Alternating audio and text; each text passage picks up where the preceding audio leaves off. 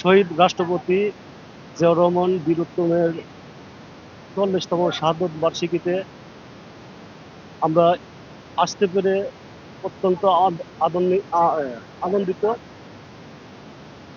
বিগত ১৬-১৭ বছর আমরা এই মুক্তভাবে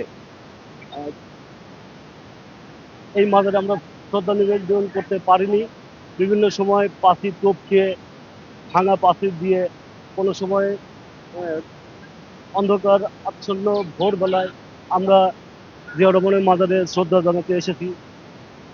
পুলিশের অনেক রকম নির্যাতন, আওয়ামী দোসরদের অনেক রকম নির্যাতন, হুমকি ধুমকি, মার, এই সকলকে উপেক্ষা করে আমরা বিগত দিনগুলিতে শহীদ প্রেসিডেন্ট জিয়াউর রহমানের কবরে শ্রদ্ধা জানাতে এসেছি। কিন্তু এইতে পরবর্তীত প্রেক্ষাপটে আমরা আজকে এই শহীদ প্রেসিডেন্ট জিয়াউর রহমানের মাজারে পুষ্পস্তবক অর্পণ এবং ফাতেহা পাঠ করার যে সুযোগ পেয়েছি, এর থেকে এত আনন্দ, এত উল্লসিত আমরা কখনো হইতে পারিনি। তা আমরা চাবো আগামীতে একটি নিরপেক্ষ নির্বাচনের মধ্য দিয়ে বাংলাদেশের মানুষের অধিকার প্রতিষ্ঠা পাবে, গণতান্ত্রিক অধিকার ভোট। সেই ভোটের মাধ্যমে যেই দল ক্ষমতায় আসবে সেই দলকে বাংলাদেশের মানুষ একটা ম্যান্ডেট দিয়ে নিয়ে আসবে। তারা বাংলাদেশের সকল মানুষের অধিকার নিয়ে কথা বলবে। শহীদ প্রেসিডেন্ট জিয়াউর রহমানের আদর্শ যেটা, সেই আদর্শের ১৯ দফা এবং আমাদের তারেক রহমান ঘোষিত ৩১ দফার সংমিশ্রণে নতুন বাংলাদেশ বিনির্মাণ হবে, এই প্রত্যাশায় ব্যক্ত করি। আমার নাম জনি সরকার। আমি বাংলাদেশ জাতীয়তাবাদী প্রজন্ম দলের কেন্দ্রীয় কমিটির সভাপতির দায়িত্বে আছি।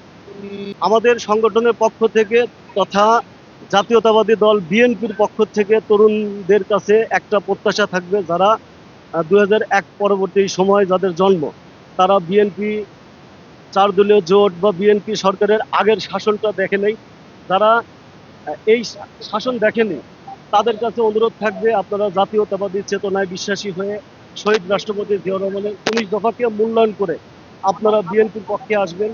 তাহলে দেখতে পারবেন শহীদ প্রেসিডেন্ট জিয়াউর রহমান কে ছিলেন, তার বাংলাদেশ নিয়ে চিন্তা চেতনা কী ছিল, বাংলাদেশের প্রজন্ম নিয়ে তার ভাবনা কী ছিল, এবং বাংলাদেশের সামগ্রিক সমৃদ্ধি অর্জনে শহীদ রাষ্ট্রপতি জিয়াউর রহমানের যে অসামান্য অবদান, সেটা সারা বাংলাদেশের মানুষ উপলব্ধি করতে পারছেন।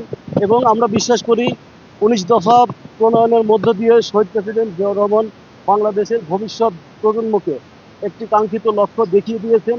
ওই লক্ষ্যের উপরে যদি আমরা তালিম করি বা ওই লক্ষ্যকে প্রতিপালন করার চেষ্টা করি, তাহলে বাংলাদেশ একটি সুখী সমৃদ্ধ বাংলাদেশ হবে, সারা বিশ্বের বুকে মাথা উঁচু করে দাঁড়াবে।